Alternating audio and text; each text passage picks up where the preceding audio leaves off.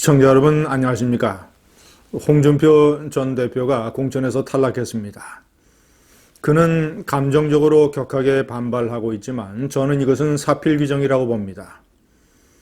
공천관리위원회가 올바른 결정을 내렸고 이런 식의 신상필벌이 정확하게 이루어져야 공천을 통해서 정치판에서 어떤 도의가 증명이 됩니다. 제가 왜 사필 규정인가를 정리를 해봤습니다. 첫 번째, 그는 황교안 대표와 공천관리위원회를 향해서 야비한 정치를 한다고 비난했습니다. 자, 그리고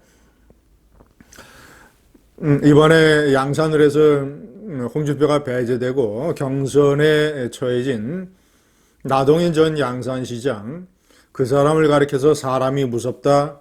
그리고 김형호 공감위원장을 가리켜서 역시 사람이 무섭다고 얘기했습니다. 그러나 제가 지켜본 홍준표의 그동안의 정치적인 언행을 보면 진정으로 야비하고 무서운 사람은 홍준표입니다.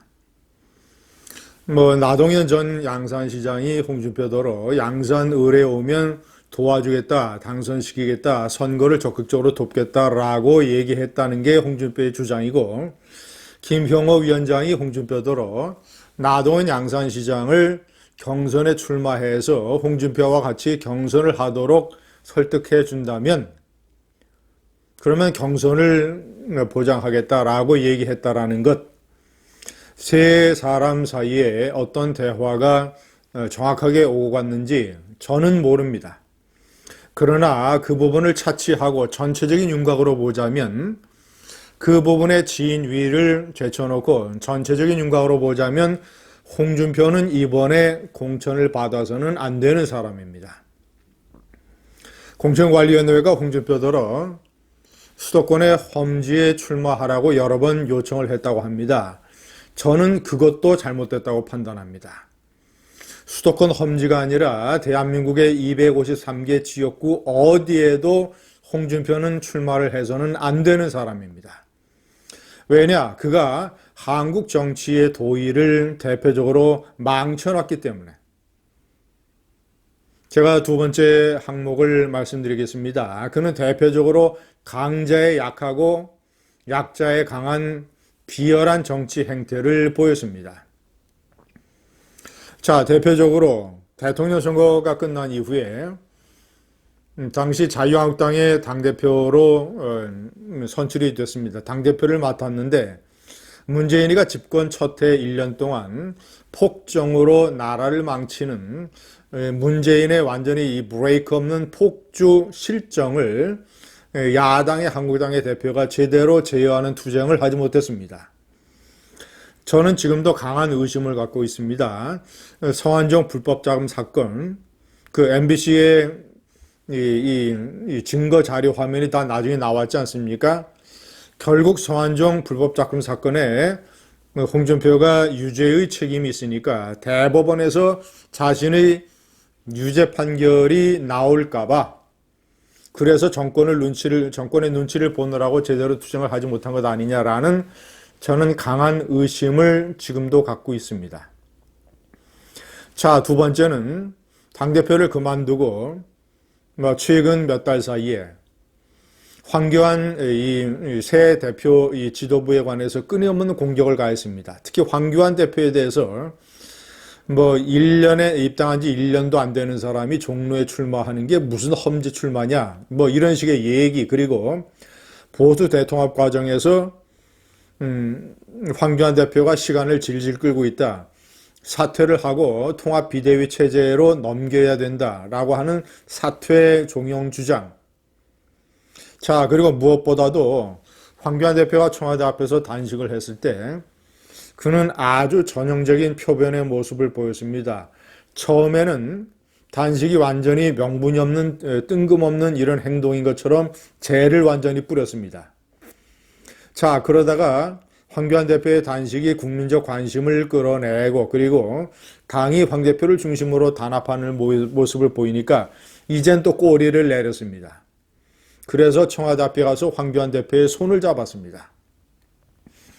황 대표가 약할 때는 틈새를 이용을 해서 끊임없이 끌어내리려고 공격을 하고 흔들고 황 대표가 좀 강해지면 꼬리를 내리고 납작 엎드리고 아주 자신이 야비하다고 표현한 그 정치의 표본을 홍준표는 보여줬던 것입니다. 제가 그때도 신랄하게 비판을 했었습니다. 저는 그때도 비판하고 지금도 비판을 하는 것입니다. 홍준표 그때도 잘못했다. 직전의 당대표를 지낸 사람이 문재인 좌파 정권에 맞서서 투쟁을 하고 있는 야당의 이 제1지도자를 도와주지는 못할커녕 아니면 침묵하지는 차라리 침묵할 망정. 아니 어떻게 나서서 이런 식으로 근거 없고 명분 없는 내부 총질 흔들기 공격을 할 수 있겠는가?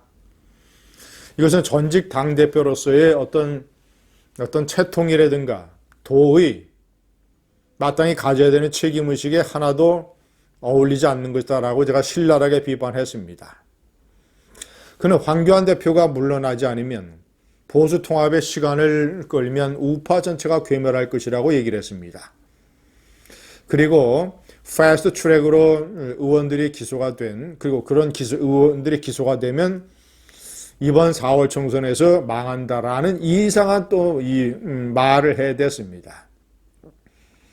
패스트 트랙 제지 투쟁에 참여했던 황교안 대표, 나경원 원내대표, 그리고 기소당한 13명의 의원들, 이런 사람들의 가슴에 못질을 해대는 아주 무책임한, 자신은 마치 아웃사이더인 양, 전직 당대표를 지냈으면 패스트 트랙에 동참하거나 패스트 트랙에 참여한 이런 동지들을 돕거나 격려하지는 못할 망정 저런 식의 등 뒤에서 총질을 해대는 내부 분열의 행태를 보였던 것입니다.